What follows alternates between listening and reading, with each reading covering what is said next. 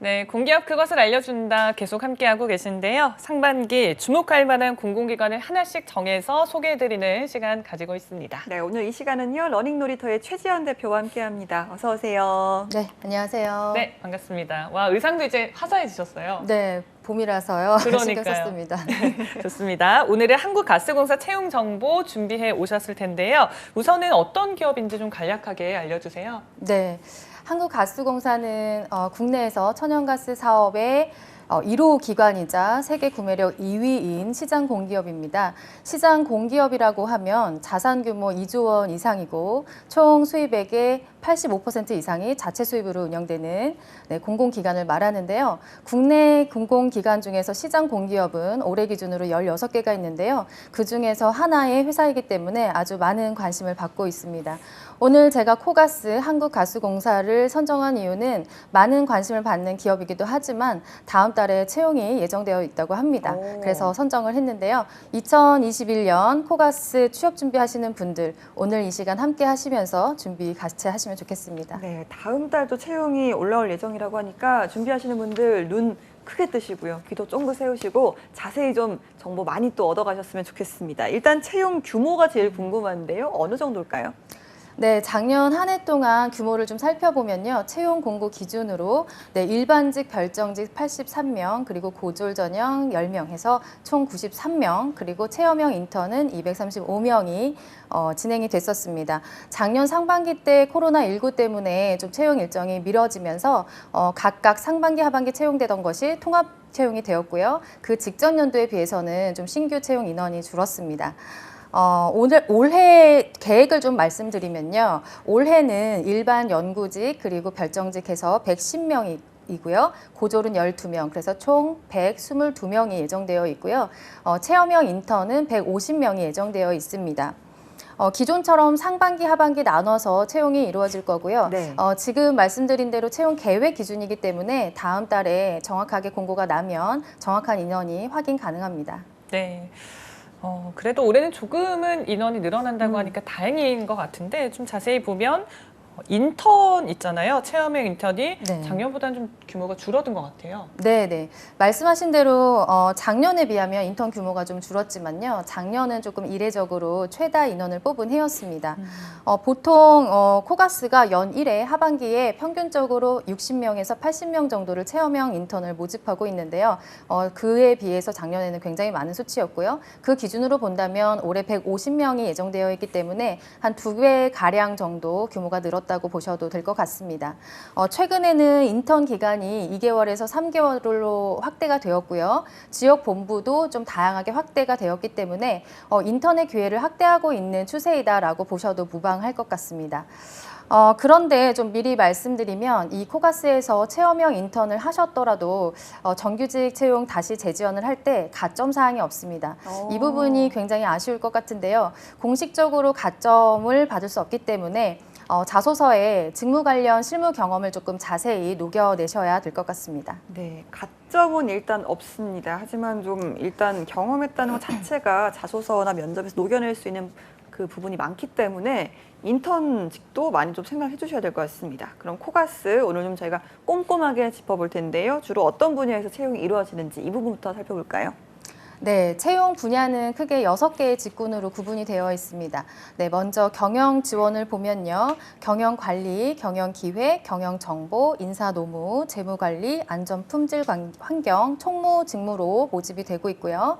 마케팅 직군에서는요. LNG 구매와 영업 직무로, 그리고 해외 사업 분야에는 해외 사업 개발, 해외 사업 관리, 해외 사업 기술 지원 직무로 모집이 되고 있습니다. 설비 운영 직무로 넘어가서요. 네, 보전, 운영, 통제 관리 직무가 있고요. 건설 직군에서는요. 건설 관리와 공사 관리로 구분이 됩니다. 그리고 마지막으로 R&D 직군에서는 기술 사업과 연구 개발로 구분이 되는데요. 순환 근무제를 하고 있기 때문에 내가 이런 직군으로 지원을 하더라도 어떤 업무를 좀 더 좋아하고 잘할 수 있는지 드러나는 게 좀 중요할 것 같습니다. 네, 자세한 업무 내용은 직무기술서를 참고하시기 바랍니다. 네, 채용 분야 확인해 봤고요. 자, 합격하기까지 어떤 절차를 거쳐야 하는지 채용 절차도 짚어주실까요? 네. 채용 절차 보시겠습니다. 서류 전형 다음에 필기 전형이 있고요. 그리고 면접 전형 다음에 기초 연수 과정이 있고 수습 채용으로 진행이 됩니다. 서류 전형에서는 우리가 늘 이제 보셨다시피 자격 요건 심사와 자소서 심사가 진행이 되고요. 필기 전형에서는 NCS 직업기초 시험과 전공 시험 그리고 인성 검사를 함께 봅니다. 면접 전형에서는 많이 긴장들 하시는데요. 직무 PT, 발표 면접이 있고요. 그리고 직업기초 면접이 있습니다. 기초 연수 부분은 이제 2주간 기초 연수를 수행한 다음에 신체 검사와 신원 조회가 적합 판정이 되면 바로 직무 연수를 들어가게 되고요. 그리고 수습 채용, 직무 교육으로 배치 뒤에 3개월간의 수습 과정을 거치게 됩니다. 와, 저는 일단 뭐 NCS 이런 부분은 좀 제가 예상을 했던 부분이고 직무 PT 이게 좀 네. 만만치 않다 이런 좀 눈에 확 들어오는 전형인 것 같습니다. 이렇게 6단계 과정을 거쳐서 채용이 진행이 되는데요. 우선 첫 번째 서류 전형부터 확인을 좀 해볼까요? 네. 우선 서류를 지원을 할 때요. 자격 증명 그리고 경력 증명, 건강보험 자격 질실 확인서를 필수적으로 제출을 하게 되어 있고요. 우리가 블라인드 채용으로 진행을 하다 보니까 서류를 제출하되 필요 정보, 성별이나 나이나 이런 거를 알 수 있는 거는 블러 처리해서 또 업로드하게 되어 있습니다. 자세한 방법은 또 안내가 나오니까 참고해 주시면 될 것 같고요. 원서를 접수할 때 필기시험 장소를 선택하게 되어 있습니다. 수도권과 대구 지역 중에서 선택을 해야 되는데 주의하셔야 될 거, 이때 선착순으로 진행이 된다는 거예요. 보통 지원 기간 동안에 우리가 아무 때나 지원을 하는 거 괜찮다고 하지만 이런 경우 선착순으로 지역이 배분되면은 내가 예를 들어서 수도권에 지원하고 싶지만 마감이 되면 대구까지 내려가야 되거든요. 그래서 이 부분은 미리미리 지원하셔야겠습니다. 네, 좋습니다. 아무래도 뭐 코가스가 또 공기업이다 보니까 서류 네. 전형 제출할 때 주의할 점이 있을 것 같아요. 네, 일단 뭐 서류 전형에서는 최소한의 적부 판정을 하고 있고요. 신입 같은 경우에는 어학 성적 기본적으로 지켜주셔야 되고요. 그 외에 경력직과 별정직은 필수 자격증과 경력사항 제한이 있습니다. 그 점 확인을 하셔야 됩니다. 공통적으로는 이제 자소서에 불성실 기재에 해당되지 않아야 모두 필기시험 응시 기회를 받을 수가 있는데요. 블라인드 채용이기 때문에 이름, 고향, 지역, 그다음에 회사나 학교 소속, 이런 개인 식별할 수 있는 정보는 알려주지 말아야 되고요. 그다음에 불성실 기재에 해당되는 기업명 오류, 그리고 표절, 내용 중복, 무의미한 단어의 방법, 그리고 좀 분량이 너무 적다 이런 것들은 불성실 기재에 해당이 됩니다. 서류 단계에서는 우리가 적부 판정만 한다고 했지만 면접 전형에서 우리가 쓴 자소서를 기초로 질문이 들어오거든요. 그래서 좀 잘 쓰셔야겠습니다. 알겠습니다. 어제 저희가 한전도 그렇고 블라인드 채용 계속해서 좀 강조가 되는 것 같습니다. 자기소개서가 사실 이 서류 전형의 꽃 아니겠습니까? 네, 한국가스공사의 자기소개서 어떤 특징을 갖고 있는지 먼저 좀 짚어주시죠. 네. 우선 고졸 채용은요, 반가워하실지 모르겠지만 자소서가 없습니다. 네. 그리고 일반직, 경력직, 별정직의 경우에만 자소서 항목이 있는데요. 그 항목 개수와 내용이 다르니까요. 간략히 짚어드리겠습니다. 우선 경력직은 3개의 항목이 있고요. 지원 동기, 경력 기술, 직무 수행 계획으로 항목이 구성이 되어 있습니다. 여기에서 단연 돋보여야 하는 항목은 경력 기술 부분이기 때문에 강조하셔서 잘 쓰셔야 되고요. 별정직 같은 경우에는 5개의 항목으로 구성이 되어 있습니다. 지원 동기와 직무 수행 계획은 동일하게 적용이 되는데요. 여기에 전문성 기술과 기초 능력 2개에 해당되는 항목이 있습니다. 여기에서 별정직은 전문직을 의미하기 때문에 전문성 기술을 강조해서 잘 써주셔야 되겠습니다. 자, 그 다음에 일반 신입으로 넘어와서요. 신입은 조금 항목이 많습니다. 6개의 항목으로 구성이 되어 있고요. 분량은 1000바이트에서 3000바이트까지 조금 작년에 기준으로 항목과 분량이 좀 늘었습니다. 구성을 보면은 지원 동기 그리고 직업 기초 능력 4가지에 대해서 나와 있고 마지막에 핵심 가치에 대한 항목이 있습니다. 네, 일반 신입의 경우에는 6개 항목의 분량도 꽤 많습니다. 그럼 본격적으로 작성 팁도 알아볼까요? 네, 항상 처음이 어려운 법이니까요. 다른 직종 말고 이제 신입 부분으로 제가 설명을 드리겠습니다. 한국가스공사 자소서를 쓸 때 직무기술서와 핵심 가치를 미리 좀 파악하시고 쓰는 게 유리한데요. 그 이유는 그 항목에 관련된 항목이 나오기 때문입니다. 그리고 제가 자소서를 처음 시작을 할 때 항상 중요한 키워드 밑줄 긋고 어떤 내용인지 파악하고 시작을 해야 수월하다고 말씀을 드렸었는데요. 한국가스공사는 이 부분에서 굉장히 친절하게 가로 안에 어떤 것을 볼 것인지 미리 알려주고 있습니다. 자, 1번부터 볼게요. 자, 1번의 가로 안에 지원 동기라고 되어 있습니다. 그러면 이거는 지원 동기에 대한 거겠죠. 그래서 친절하게 알려주고 있다는 말씀드리고요. 한번 간단히 읽어보겠습니다.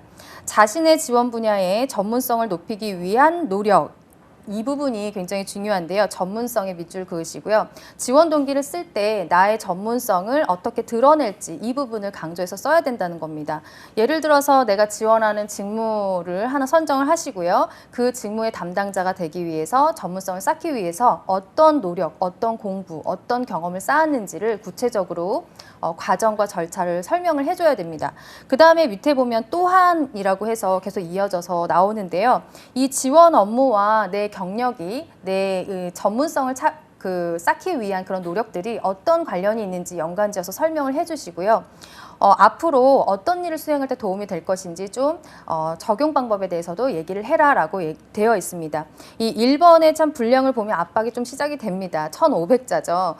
그래서 조금 부담스러우실 텐데요. 구성 방법을 제가 2가지로 제안을 드리겠습니다. 첫 번째 구성 방법은요. 일단 전문성에 나의 직무 능력을 지식, 기술, 태도로 구분을 하시는 거예요. 그래서 지식 한 문단, 기술 한 문단, 업무 성과를 높이는 태도에 해당되는 한 문단에서 500, 500, 500씩 분량을 조금 구성을 하시는 거 괜찮으시고요. 그런데 내가 이 전문성을 높이기 위해서 경험했던 경험이나 아니면 공부나 어떤 기술 자격증 공부 이런 것들이 지식, 기술, 태도를 명확하게 구분짓기가 어렵다 하시는 분들 계실 거예요. 그럴 때는 제가 2번째 방법으로 제안을 드리고 싶습니다. 2번째는 대표적인 경험을 2가지 혹은 3가지로 나눠서 쓰는 건데요. 내가 이 한 경험을 하기 위해서 지식과 기술 혹은 태도, 역량이 좀 구분되지 않는 경우에는 내가 좀 대표적인 사례를 2개 또는 3개로 돋보이게 기술하는 것도 좋습니다. 그러나 중요한 것은 여기에서 이 업무와의 연관성 그리고 어떻게 적용할 건지를 꼭 쓰셔야 합니다. 네, 일단 분량이 길기 때문에 구조화시켜서 좀 깔끔하게 접근을 하는 게 좀 중요할 것 같습니다. 네. 말씀하신 것처럼 좀 전문성을 어필하고 업무와 연결을 시켜야 되기 때문에 직무기술서를 봐야겠네요. 어떤 내용일까요? 네, 직무기술서를 꼭 참고를 하셔야 되기 때문에 제가 너무 많아서 거기서 1~2개만 예시로 설명을 드리겠습니다. 먼저 그러면 직무기술서 중에서 경영지원, 마케팅, 해외사업 분야를 예를 들어서 말씀드리겠습니다. 먼저 보셔야 될 거는 직무수행 내용입니다. 내가 지원하는 직무에 어떤 내용을 내가 수행을 해야 되는지를 먼저 파악을 해야 돼요. 그래서 경영기획을 먼저 보면 경영기획에서는 경영 현안 과제를 발굴하고 해결하고 또 조직 문화를 조성하고 에너지 정책이나 가스 산업 정책을 대응하는 일들을 한다. 네, 어떤 일을 할 것인지를 먼저 파악하는 게 중요합니다. 그 다음에 이제 나오는 게 이제 인사 직무인데요. 인사 직무도 간략하게 한번 살펴볼게요. 인사 직무는 인사 체계를 개선하고 채용이나 배치, 평가, 보상 이런 것과 같이 인사 제도를 개선하는 업무를 한다고 합니다.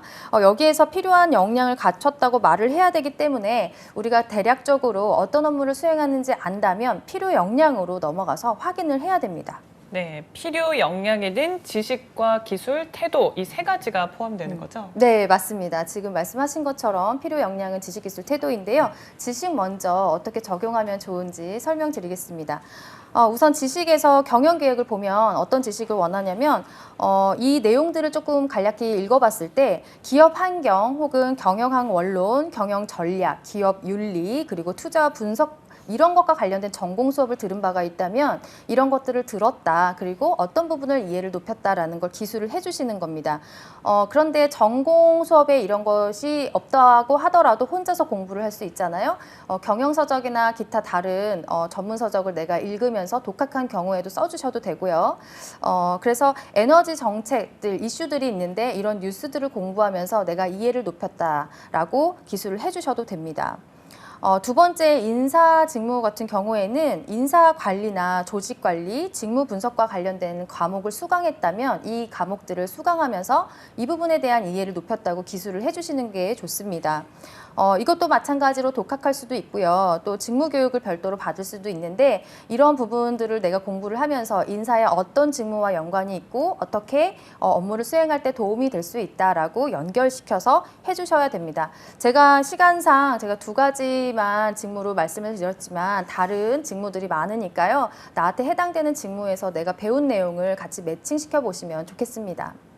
자, 그 다음에 기술로 넘어갈게요. 기술에도 쭉쭉쭉쭉 읽어보시면 이제 각 직무마다 필요한 기술이 요구되는 기술이 되어 있습니다. 읽어보면 경영기획에서는 경영환경 분석 기법이라든지 기획서를 작성하는 법, 그 다음에 사회조사 방법 결과를 분석하는 그런 기술들을 요구하고 있거든요. 그래서 이 부분에서는 기획서나 계획서 제출하신 분들, 경험이나 이런 대회 준비해 보신 분들, 이런 사례가 있으시면 좀 어필해 주시면 좋고, 그 다음에 통계를 분석을 잘한다, 데이터 관리 잘한다, 그 다음에 환경 분석을 잘한다, 잘하지 못해도 그럼 경험했다, 이 정도까지 어필하시면 좋겠고요. 관련된 뭐 통계 자격증이 있으면 어필을 하시고 없다면 경험 위주로 어필을 해주시는데 대회나 수업에서 또 경험한 것들도 써주시면 좋겠습니다. 두 번째, 인사직무에서 기술을 어필하실 때에는 전자인사관리 시스템 사용 경험을 여기에서 또 요구를 하고 있거든요. 그래서 ERP 교육을 따로 받으셨다면 그런 거 좀 써주셔도 되고요. 컴퓨터 활용 능력 혹은 교육 설계, 퍼실리테이터 기술 이런 것들이 조금 어필되면 좋기 때문에 경험이 있으시면 쓰시고 실습 경험, 뭐 현장 실습, 인턴 또는 교육 봉사를 하면서 이렇게 프로그램을 개발했던 그런 경험을 돋보이게 쓰셔도 좋습니다. 여기서도 마찬가지로 다른 직무에 대해서도 적용해 보시면 좋겠습니다. 마지막으로 태도 부분인데요. 이거는 경영 지원 마케팅 사업 부분에서 회의사 부분에서 공통적으로 태도를 제시를 했어요. 그래서 여기에서 나한테 해당되는 논리적인 태도, 이게 나한테 해당된다. 혹은 데이터에 입각한 처리, 이게 해당된다. 혹은 수용적이지 않고 적극적인 태도라든지 뭐 협업하는 태도라든지 여기에서 나에게 해당되는 성격적인 어떤 강점이나 업무에 필요한 장점으로 될 수 있는 것을 꼽아서 그 능력을 발휘해서 좋은 성과가 났던 프로젝트 경험 아니면 팀 협업 아니면 뭐 동아리 아무거나 괜찮습니다. 그런 경험을 하나 써주시면 좋겠습니다. 자, 이렇게 직무기술서 활용하는 법, 다음 내용도 좀 있으니까. 네. 네. 그래서 직무기술서 참 중요하기 때문에 좀 자세히 알고 싶다 하시는 분들은 제가 사이트를 하나 알려드릴게요. 네. 모든 공공기관에 관련된 정보는 알리오에서 볼 수 있잖아요. 거기 들어가셔서 기관별 공시에 한국가스공사 치시고요. 기관 운영에서 내부 규정으로 들어가시면 직제 규정 시행 규칙이 있습니다. 거기에서 부서별 업무가 어떤 업무가 있는지 확인 가능하니까 공부하시고 시작하시면 좋겠습니다. 네. 알겠습니다. 이렇게 좀 기술서 활용하는 법과 또 어디에서 참고할 수 있는지까지 좀 알려주셨는데요. 사실 이 내용들이 다 1번 항목을 위한 부분들이잖아요. 맞습니다. 아직 5개가 남았습니다. 다음 항목 넘어가 볼까요? 네. 아주 중요하기 때문에 제가 강조해서 자세히 설명드렸고요. 2번부터 5번까지는 조금 간략히 설명드려도 될 것 같습니다. 네, 직업기초 능력을 평가하는 항목입니다. 네, 자원관리 능력과 정보 능력이 작년부터 추가가 되어서 항목이 늘어났고요.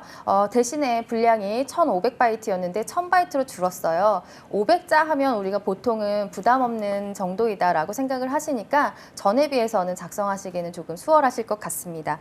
그리고 모든 항목에는 제목이 꼭 필요해서 필수로 꼭 적용을 하셔야 된다는 거 잊지 마시고요. 자, 2번, 3번, 4번, 5번은 친절하게 이렇게 어떤 기초 능력을 파악할 건지가 제시가 되어 있어요. 2번 읽지 않고 그냥 보시면 의사소통 능력인데 여기에서는 강조해야 될 게 설득력이에요. 의사소통 능력과 대인관계 능력에서 우리가 항상 혼돈되는 게 뭐냐면 갈등 관리가 나왔을 때예요. 대인관계에서 갈등 관리가 나왔을 때와 의사소통에서 갈등 관리가 나왔을 때는 아주 다른 영역입니다. 대인관계에서 갈등 영역은 대인관계를 좀 우선하고 협업과 조직의 어떤 목표를 우선으로 해서 기술을 해야 되지만 의사소통에서는 내가 설득하고 내 입장을 논리적으로 전개하는 부분이 조금 강조되어야 돼요. 그래서 1번에서 요구하는 부분이 부분이 이거기 때문에 상대에 대한 어떤 존중과 경청이 먼저 나와야 되겠지만 활발한 소통 방법 그리고 논리적으로 내 입장과 이런 의사 전달을 하는 잘했던 그 내용을 좀 강조해서 사례를 하나 해주시면 좋고요. 주의해야 될 거는 이 의사소통에서의 강조해야 될 부분이 다르다 보니까 다수결, 의견통합, 중재와 관련된 것은 아주 다른 영역이니까 그쪽으로 접근을 하시면 안 될 것 같습니다. 자, 그 다음에 3번 문제 해결 능력은 위기 대처 능력이 아니라 효율적 성과를 냈던 경험을 쓰는 거예요. 그래서 어떤 사건이 터지지 않았으나 내가 조금만 업무 플로우를 조금 개선했을 때 이렇게 어떤 시간 단축이라든지 생산력이라든지 아니면 사용자의 편리함이라든지 이런 부분이 개선됐다면 그 사례에 적어주시면 좋겠습니다. 4번은 자원관리 능력인데요. 우리가 자원이라고 한다면 항상 제한이 되어 있어요. 예산이나 시간이나 인력이나 아니면 그 재료, 원재료 이런 것들이 제한되어 있기 때문에 내가 얼마나 규모 있게, 얼마나 계획성 있게 잘 써서 좋은 성과를 냈느냐 이 부분을 강조해 주셔야 됩니다. 그리고 정보 능력인데요. 이 정보 능력 같은 경우에는 다양한 정보 수집 방법, 내가 어떤 일을 수행할 때 단편적인 정보 혹은 확실하지 않은 정보, 단순한 정보 이런 것들을 하는 게 아니라 다양한 루트를 통해서 충분한 정보를 수집하고 체계적으로 분석하고 그 다음에 팩트 체크, 신뢰성 체크, 어떤 인터넷 자료만 믿는 게 아니라 논문을 본다든지 매거진의 어떤 기고글을 본다든지 이런 신뢰성 체크 그리고 데이터를 유의미하게 가공했던 그래서 조금 좋은 성과가 났던 사례를 적어주시면 되겠습니다. 네, 이렇게 5번까지 간략하게 짚어봤습니다. 참 시간이 아쉬운데요. 저희 공채 뜨면 다시 한번 모셔야 될 것 같습니다. 네. 네, 자 마지막 6번 항목인데요. 핵심 가치를 묻는다고 하셨는데 이건 어떻게 작성을 해야 될까요?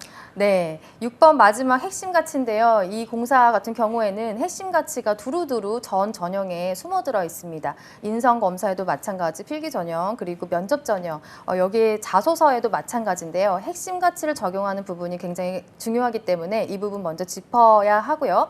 정확하게 말씀드리면 핵심 가치와 입사 후 포부가 결합된 형태입니다.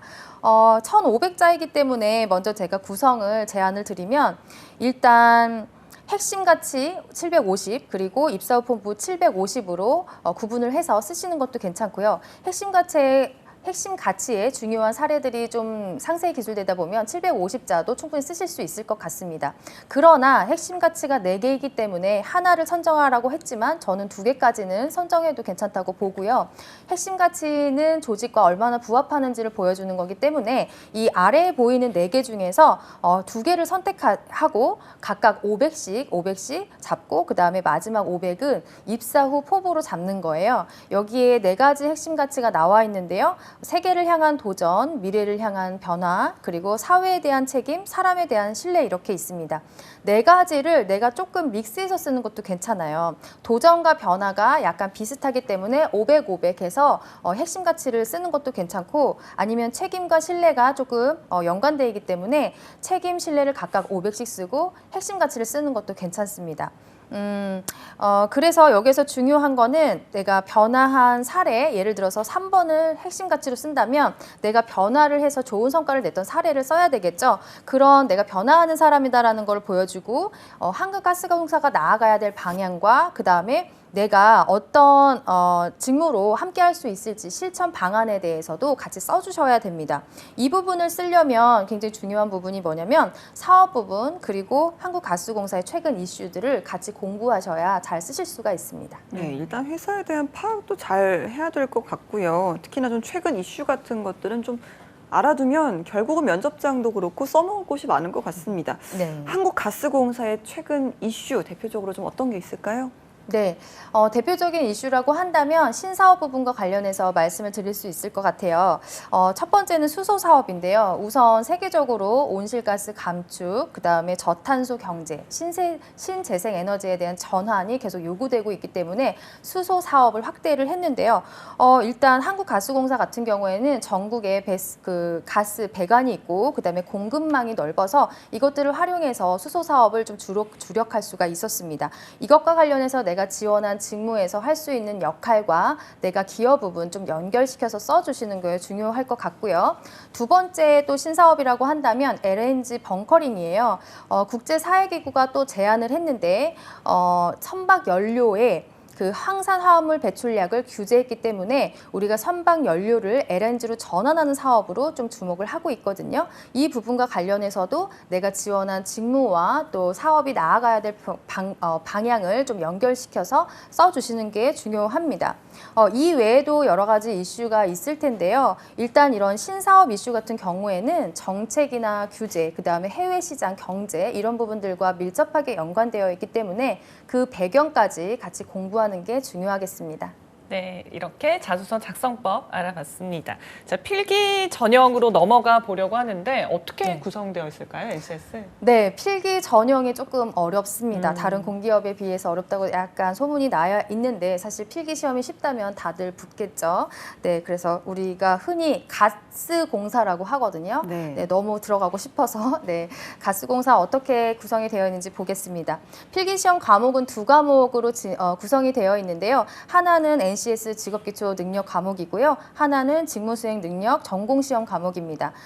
NCS 직업기초 능력은 5개 영역으로 봐요. 우리가 의사소통 수리 능력 문제 해결은 기존과 다름이 없고요. 작년부터 자원관리 능력과 정보 능력이 추가되었기 때문에 5개의 항목이 들어가 있고요. 오신문항 그리고 이것을 60분 동안 시행하게 됩니다. 그리고 직무수행 전공시험 같은 경우에는 오지선다로 되어 있는데 관련 전공과 관련된 지식을 묻는 그런 시험 방식입니다. 그리고 경력직과 별정직 같은 경우에는 1과목의 직업기초 능력만 수행하게 됩니다. 인성검사는 이제 적성검사를 치르고 같은 날 치르게 되는데요. 30분 정도의 분량이라고 하고요. 내용은 이 공사의 핵심 가치나 인재상 이런 것들을 보는 것입니다. 인성검사를 우리가 보통 형식적이라고 잘못 이해하고 있는데 적부평가이지만 그만큼 중요하다는 겁니다. 이 결과를 어떻게 보냐면 인성검사의 적합자들 대상자 중에서 검사에서 좀 고득점자를 우선순위로 해서 2배수로 2배수로 선발을 하게 됩니다. 네, 확실히 좀 필기 시험은 어느 공기업이나 만만한 곳이 없습니다. 어렵네요. 네, 가스공사 좀 살펴봤고요. 면접 전형으로 바로 넘어가 볼까요? 좀 어떻게 이루어지는지 아까 제가 좀 여쭤봤던 PT부터 말씀을 해주시죠. 네, 우선 면접 전형 기초 능력 면접 그리고 직무수행 능력이 있는데 PT가 먼저 궁금하시다고 하셨으니까 네, 직무수행 능력 발표 면접입니다. 우리가 PT 면접이라고 하는 거 30분 동안 일단 준비 시간이 주어지고요. 그리고 관련된 자료들을 좀 제공을 받게 됩니다. 그러면 우리가 준비 시간 동안 컴퓨터실로 가서 문서 작성을 하게 되는데요. 이 30분 준비 시간이 굉장히 촉박해요. 내가 생각을 해야 되고 문서로 작성을 해야 되는데 보고서 형식으로 핵심을 바탕으로 키워드 중심으로 작성을 해야 되고요. 우선은 이제 요령을 먼저 말씀을 드리면 면접을 잘 보기 위해서는 내가 좀 익숙한 문서 소프트웨어를 선택을 해야 됩니다. 그 노트북이 이제 제공되는 어떤 컴퓨터가 인터넷 환경이나 다른 프로그램이 없고요. 문서 작성만 할 수 있는 한글 프로그램 또는 파워포인트 프로그램만 있어요. 나에게 조금 익숙한 프로그램 선택을 하시고 조리 있게 한 페이지, 원페이지 보고서라고 생각하시고 요점만 간단히 적용을 하셔야 돼요. 그리고 이것이 면접관에게 제출이 되고 나도 이 메모를 가지고 면접을 볼 수가 있습니다. 그래서 그걸 참고하시면서 발표를 5분 내에 하셔야 되고요. 그리고 질의응답이 10분 동안 이루어집니다. 그래서 직무 면접 같은 경우에는 15분 정도 다대 1로 4명에서 5명의 면접관이 들어가고 지원자 혼자 들어가는 대면 면접으로 진행이 됩니다. 네. 직업 기초 능력은 뭐 자소서 기반의 일반적인 질문이겠죠? 네, 맞습니다. 네, 공통적으로 많이 이제 언급되신 것처럼 인재상이라든지 핵심 가치 그리고 기존에 썼던 자소서 기초 내용으로 인성검사 결과와 함께 질의응답을 진행합니다. 알겠습니다. 이렇게 저희가 오늘 좀 한국가스공사 살펴봤는데요. 정말 다음 달에 또 공채가 뜬다고 하니까 많은 분들 좀 관심 있게 지켜보셨을 것 같아요. 마지막으로 좀 지원하시는 분들께 조언을 한 말씀 해주시죠. 네, 한국가스공사 워낙 인기 있기 때문에 가스공사라는 별명이 붙었습니다. 네, 그리고 유연근무제라든지 사택 제공이라든지 뭐 다양한 복지와 함께 연봉도 괜찮은 수준이어서 많은 관심을 가지고 있는데요. 특히나 기술직, 일반 신입에서 기술직 그리고 고졸 전형에서 설비 운영 같은 경우에는 야근 근무라든지 교대 근무가 필수적이라고 생각을 하셔야 됩니다. 그래서 이 부분 같은 경우에 들어갈 땐 참 좋지만 다른 직군과의 다른 어떤 근무 환경 때문에 조금 비교를 하시거나 조금 마음이 안 좋으신 분들이 계시는데요. 일단 직무의 특성상 이거는 당연히 사명을 가지고 에너지 정책 또 안전을 위해서 내가 하는 일이다라고 생각하시면 만족도가 조금 높으실 것 같고요. 그리고 공통적으로 말씀을 드리면 면접 합격자의 공통점이 바로 사업 분야 그리고 최근 이슈를 철저하게 공부하신 분들입니다. 그래서 이 부분은 조금 공부를 하시면 좋겠습니다.